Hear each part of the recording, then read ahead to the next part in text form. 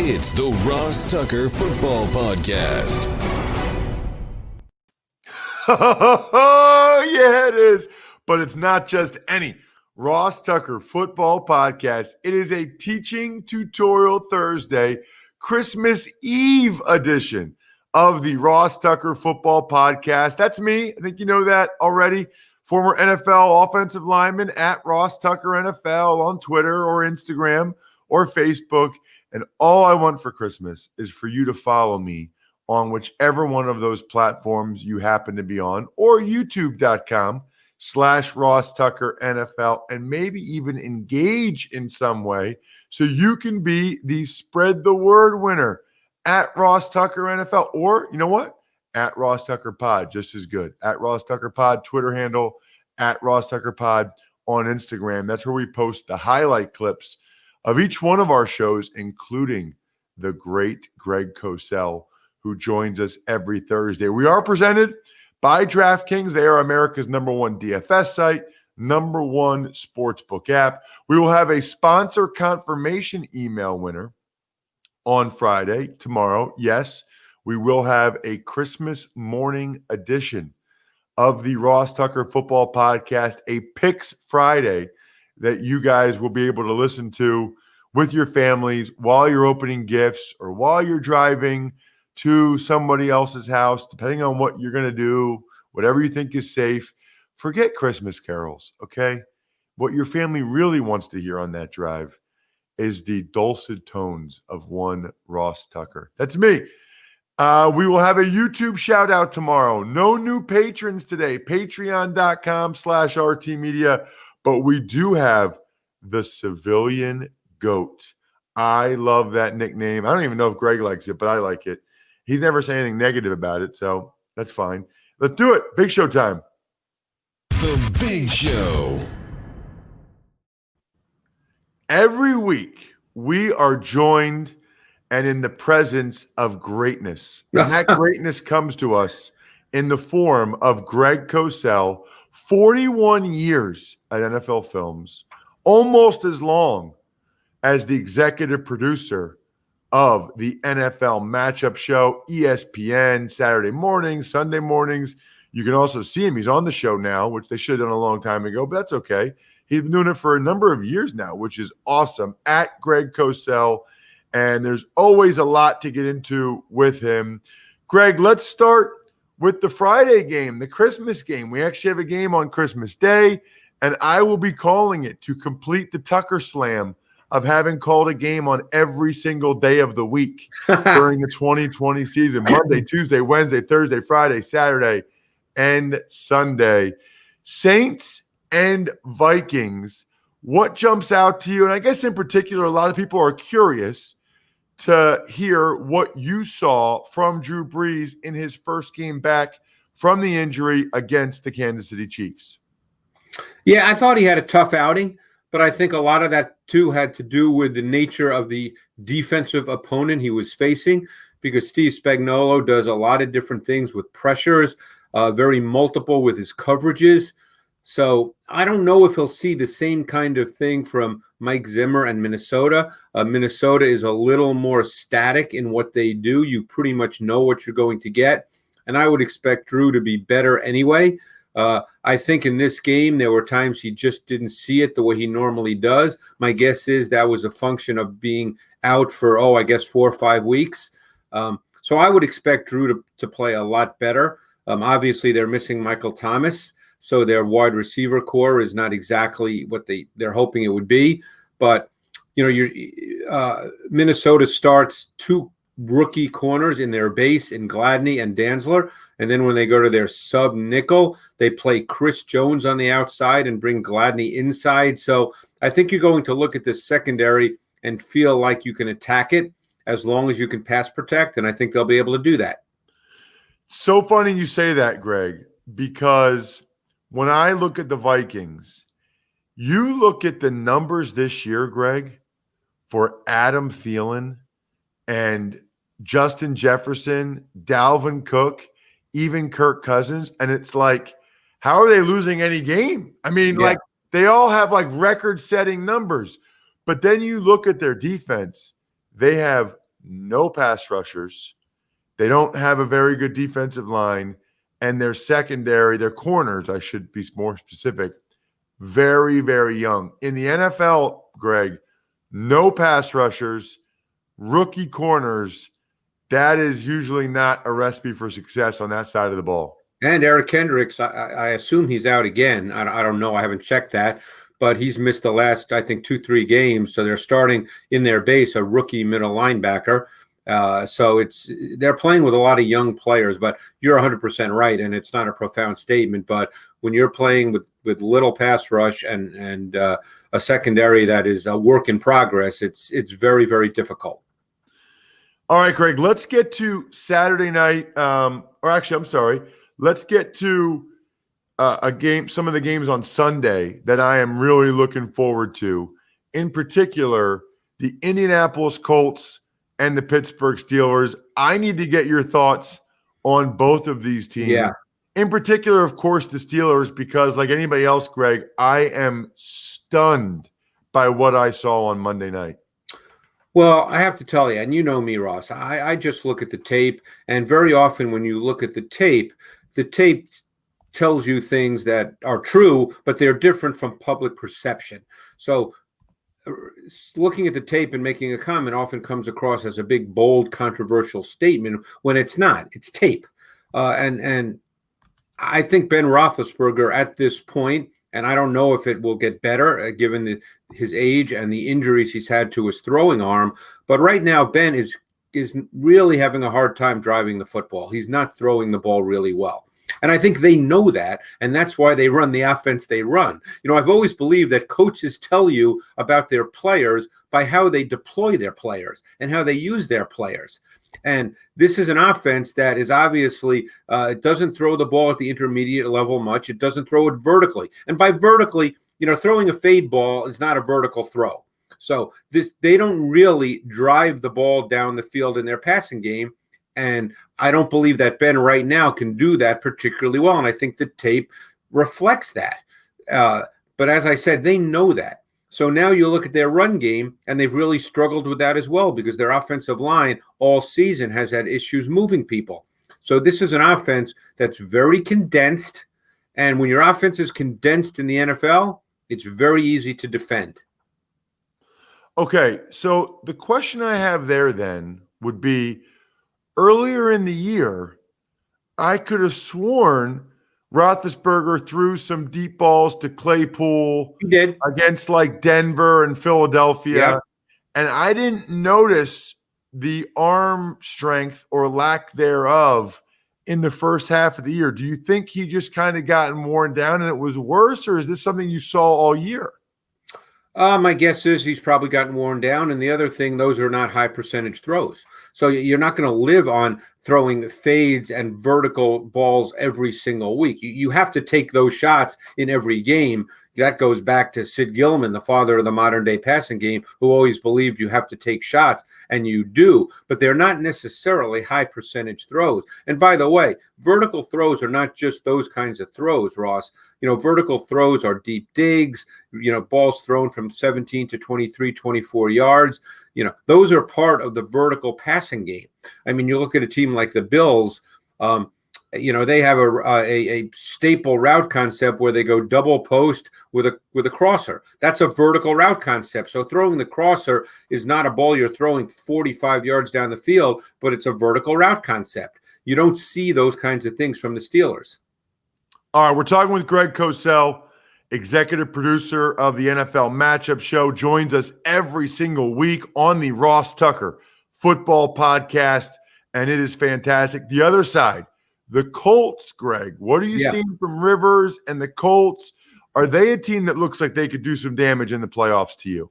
Well, I think offensively they settled into a nice rhythm. Jonathan Taylor, over the last 3-4 weeks, has sort of emerged as their primary back.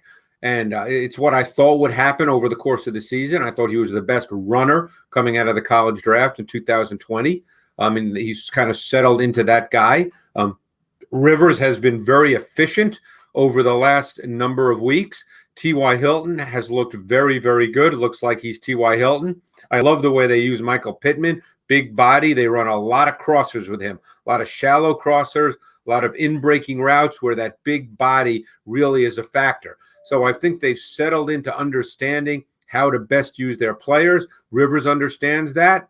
As I said, he's been very efficient, and they have a nice mix to their offense. And I think their defense has been very, very solid. I never look at the Pro Bowl voting, but somebody said that DeForest Buckner did not make it, and that's a travesty because he's played at a really high level this year.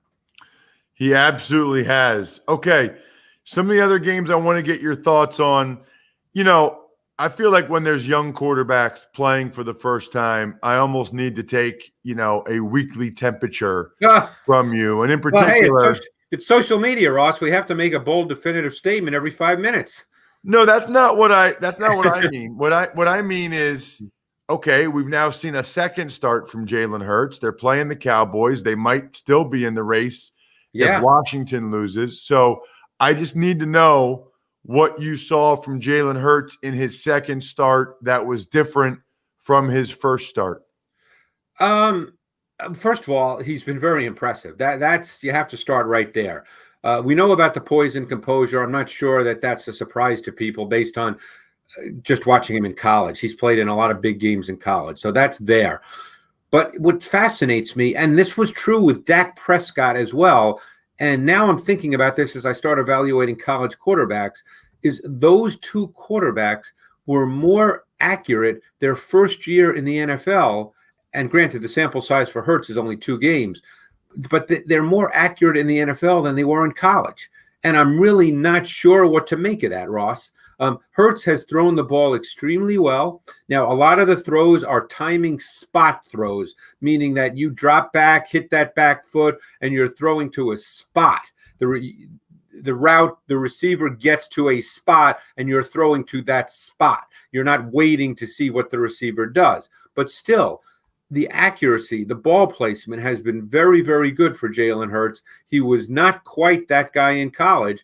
And as I said, it kind of reminds me of Dak Prescott, who was not that guy at Mississippi State, but was that guy in his first year with the Cowboys. So it's really kind of a fascinating thing for me, someone who loves to evaluate college quarterbacks. It's a really good point, Greg. We're talking with Greg Cosell here, the executive producer of the NFL Matchup Show. And I think that's actually a pretty good comparison for Hurts. I think he's probably a little bit more of a runner than Dak Prescott, but they certainly remind me of each other in terms of body type, arm strength, and really, I would say, as much as anything, Greg, just the professional manner in which they carry themselves. I mean, you compare and contrast that to what's going on with Haskins and Washington, and it makes you appreciate the Dak Prescotts and the Jalen Hurts and their general comportment even more. Without question. So I'm real anxious to see. Look, Hurts has played really, really well. There's no getting around it. And, I'm not one who's going to sit here and say what's going to happen in 2021 in Philadelphia. That'll play out. But he has certainly played well through 2 games. As I said, and I was joking about the social media, but it's true. We do have a tendency, a lot of people do, to make these definitive statements now, but we have a 2-game sample. It's a very positive 2-game sample, and we'll see as we continue to play. I am really looking forward, Greg, to the Rams and the Seahawks. I mean, it's really funny, Greg. I think Jared Goff might be, I don't want to say the most polarizing quarterback, but there's this perception. I feel like you never hear about a middling game from Jared Goff. People are either like, man, Goff is good, or he's terrible. You don't really hear anything in between. What's going on there? Well, he's a certain kind of player. He's basically a pocket quarterback. He's a rhythm player. He's a system player. And I don't say system player. People immediately think that's a negative term, but that's what he is as a quarterback. He needs the system to work for him. When he's clean, comfortable in the pocket, and there's ways to do that with your offensive approach. And McVay has been very, very good at that. But when he's clean and comfortable, he throws the ball beautifully. Now, this is a game where I would expect, particularly coming off a loss, and a bad loss, obviously, and they do it anyway, but I would expect to see quite a bit of it. I think you're going to see a lot of no-huddle tempo, because I think they're going to do it for a number of reasons. It'll help with the rhythm of their own offense, And number two, it will force the Seahawks offense to be static, and it'll force Jamal Adams to be static. But keep one thing in mind. Jamal Adams has set a record for most sacks by a defensive back. We know that. But when he blitzes, I think he's blitzed close to 100 times this year. Opposing quarterbacks, when he blitzes, the numbers are off the charts. They're phenomenally good. So when he blitzes and gets sacks, it looks great and the numbers are great. But when he blitzes overall, the Seahawks do not stop the pass.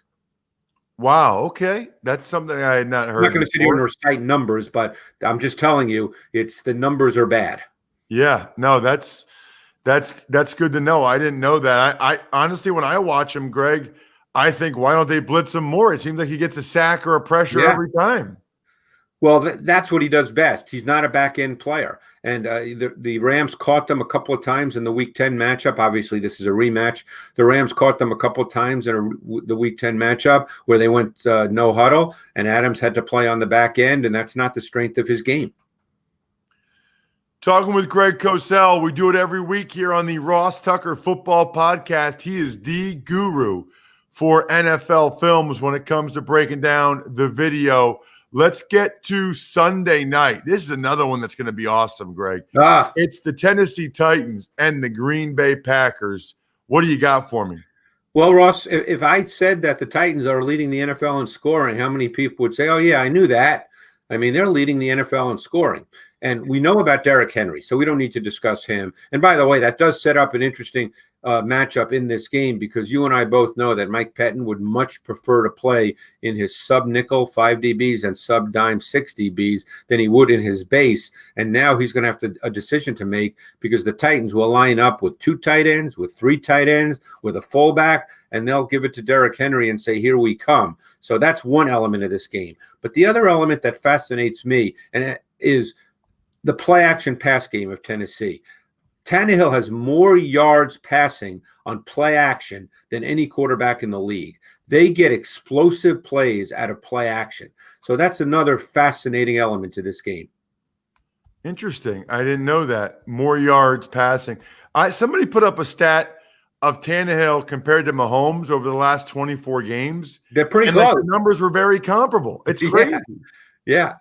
I mean, and again, those are stats, so we're not saying he's as talented as Mahomes, but, when all's said and done, it comes down to production. Okay, the last thing I need to ask you about, Bills-Patriots, because I'll be calling that game on Monday night for Westwood One. Yep, I got 2 this weekend. And, I think the Patriots, they're kind of yesterday's news. But the Buffalo Bills, what are you seeing from Josh Allen and the Buffalo Bills? Boy, Josh Allen has become must-watch for me, because his growth as a quarterback has really been impressive. And, we all see that he's more accurate. That's critical, obviously. But I think that his pre-snap recognition has really improved dramatically. And when you are much better at pre-snap recognition, your post-snap execution will go up significantly. The really great quarterbacks, and Josh is only in his 3rd year, so he's obviously a superior talent, but he'll get better and better. But his ability to see things and then make the necessary throws has really gone up. Now, the other part of his game that's really improved is understanding what kind of throw is required and then having the ability to make it. He used to be a fastball pitcher. Now he understands what throws require pace and touch. And it's one reason why Cole Beasley is such a big factor. Because the big plays in games, Ross, are when it's 3rd and 6 and you complete a ball to Cole Beasley for 8 yards and a first down. Those are the big plays in games. And those are the throws that Josh Allen struggled with coming out of college in his first year and much of his second year last year. He started to improve last year down the stretch. But those are the critical throws. And those throws require being able to feather the ball, being, what we talk about being a passer, not just a thrower. And that's another area in which Josh Allen has improved. Greg, you never improve because you're always already awesome. You're already awesome. This is amazing. I wrote down like 7 notes to post on social media at Ross Tucker NFL, at RossTuckerPod. Absolutely amazing. Make sure you're following him at Greg Cosell so you never miss an appearance by Greg here or elsewhere. Thank you, Greg. Thanks, Ross. Appreciate it. Gosh, that was awesome. I'm sitting here right now. I have notes down for Drew Brees, Roethlisberger, Jalen Hurts, Goff, Titans leading the NFL in scoring, Tannehill more yards, passing, play action, Josh Allen. Unbelievable. I mean, you want to talk about somebody that fills it up. Speaking of unbelievable, having gone through what I've gone through, it's kind of unbelievable to me that not everybody has a home security system. I cannot recommend more highly having it for peace of mind. And it's one of those things in life that I'm sure some of you don't have, and you don't realize, and you won't realize that you needed it until, unfortunately, it's too late. Look, Simply Safe is awesome. There's a reason why they are the number one ranked home security system. High quality equipment, great camera footage, easy to set up. You can set up yourself in about 30 minutes. It really is that easy. Then they'll take over. They're monitoring professionals. They monitor your home 24/7. That camera is worth its weight in gold. Worth its weight in gold. Right now, my listeners get a free home security camera. That's the key. When you purchase a Simply Safe system at simplysafe.com/Tucker. You also get a 60-day risk-free trial, so there's nothing to lose. Visit simplysafe.com/Tucker for your free security camera today. Why not? That's simplysafe.com/Tucker. Tuck's Takes. Good morning, Ross. Let's start today with the San Francisco 49ers, and they're taking quarterback Josh Rosen off of the Bucs practice squad. So the good news for Josh Rosen is, he gets to be there for 2 weeks, show him what he can do, maybe impress them for 2 weeks, and then they potentially re-sign him, and maybe he's in the mix for the quarterback job next year. The bad news is he's only going to be there for 2 games, which means this will not count as a season for him. You need to be on an active roster for 3 games for it to count as a credited season for all your benefits and stuff. Now, he was the 10th pick. He already got over $10 million, so I'm sure he's not that worried about that at this point. But that's just a little something that you guys might not otherwise think of that I would, because as a former player, 3 games is the number. You need the 3 games. 2 games, you don't get any of the benefits. 3 games is another year of pension, annuity, severance, 401k, health savings account, all that stuff. So 1 game makes that much of a difference. I would like to see Josh Rosen in Kyle Shanahan's system. I don't think we will. I think he's like an emergency quarterback for these next 2 games. They're not going to throw him out there, but maybe it gives them a look at him, and they'll try to re-sign him and get him in the mix. Who knows what they'll end up doing at quarterback this offseason. Tuck's Takes. Patriots quarterback coach Jedd Fisch leaving New England. He's heading back to the college ranks, head coach at the University of Arizona. Jedd Fisch has never been a head coach before, never on a full-time basis. I know Jedd a little bit, and it's kind of funny, isn't it? Like, I don't know. I think Jedd's a good coach, don't get me wrong, but I don't really think the Patriots quarterback coach this year has done anything impressive with the Patriots quarterbacks. But Fisch has a very good reputation. He spent a lot of time in college, Miami. He's been at UCLA. And, I don't know what his connection was there, but he's young, he's energetic, and he's ready to give this a go at Arizona, where I think you can win there. I mean, they've proven that in the past. Tuck's Takes. After their last few losses, Steelers wide receiver Juju Smith-Schuster says he's done dancing on logos of the opponents. So Mike Tomlin talked to him about this, and The reality is, yes, NFL players are always motivated to win each game.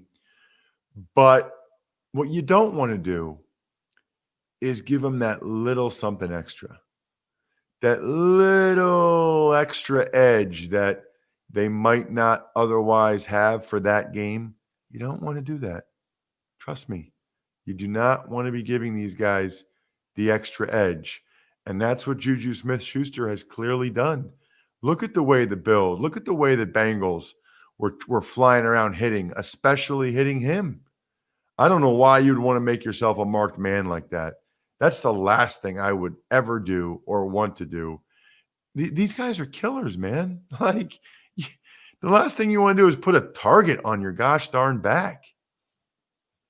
Tuck's Takes. Washington quarterback Dwayne Haskins loses his captainship, and he's fined $40,000 for the COVID protocol breach. I'm assuming from the events that stemmed from the strip club with no mask. Right. So he is now saying that he wasn't at a strip club, that it was a birthday party. So for his girlfriend or something. I don't know. I know this much. How are you putting yourself in a position to be photographed with a lot of people without a mask on? When we've been through this, he already got in trouble for missing COVID protocol earlier in the year. It's pretty stunning that he was actually voted captain. I'm not sure I really believe that. I think a lot of times the organizations make the captain who they want to make the captain for their own purposes. And, I guess because nobody there that we know of tested positive for COVID, he's not considered high risk, doesn't have to go on the COVID list because they don't have any proof that anybody at that party, strip club, has COVID. So I guess that's why he doesn't have to go on the COVID list. So if he was around one teammate and that teammate tested positive, then he'd have to go on the COVID list. So I guess the lesson there is make sure you're around people that aren't getting tested for COVID so you don't have to go on the list. But it sounds like he's taking the reps with the ones. But, man, they're going to try to get Alex Smith to play if at all possible. Ron Rivera wants to beat his former team. Ron Rivera wants to clinch the division. They don't want to play Haskins, but he's by far their second best option, which is why, I don't know, they worked out some deal with the NFL. I don't even know what that means, to try to get Haskins, make sure Haskins was available for him. Tuck's Takes. Well, speaking of that COVID list, Lions interim head coach Darrell Bevell and a few of his coaches are now on the COVID list. Right. This is another one that's very frustrating in my mind because I don't know who tested positive. Somebody tested positive. The rest of them were all high-risk contacts. Like, what are we doing? I guess they were high-risk contacts because of the plane. Like, how are you not traveling in a way that you're not within 6 feet of each other for 15 minutes or more, so you're not a high-risk contact? I mean, you can literally be within 6 feet of each other, Bri, for 10 minutes, but then get out of there and then come back. It's really poor. It's really poor. This year, that is like roster management. That's like game planning, play calling, this contact tracing stuff. And the Lions didn't do a very good job with it at all. Hey, I should have a new newsletter soon. Man, it's been a busy fall for me. I haven't had one in a while, but hopefully this weekend, or maybe when I'm on the plane to Boston, I'll be able to write one.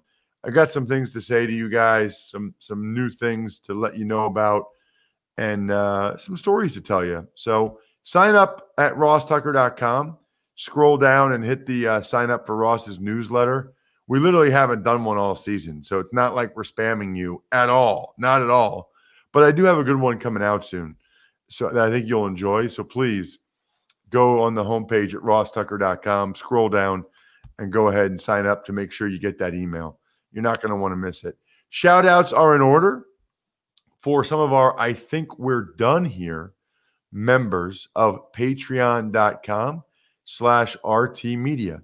That's Pizza Boy Brewing, DynastyFreaks.com, Sporticulture, SteakhouseSports.com, and Vision Comics with an X. There you go. We will have a show tomorrow. Even Money, Fantasy Feast, all of that stuff has already been posted, so it's all already there for you. Hopefully you'll listen to tomorrow's show, but if you don't, have a great, great holiday weekend. Lots of football. If you can listen to me tomorrow afternoon, that'd be awesome. I love, love, love when you guys take pictures of your radio and you're listening to me, or you do a video of me saying something on your radio as you're driving around. I will retweet those. Those mean a lot. At Ross Tucker NFL, at RossTuckerPod. I think we're done here. Thanks for listening to the Ross Tucker Football Podcast. Make sure to also subscribe to the Fantasy Feast, Even Money, Business of Sports, and College Draft. All available at Apple Podcasts, RossTucker.com, or wherever podcasts can be found.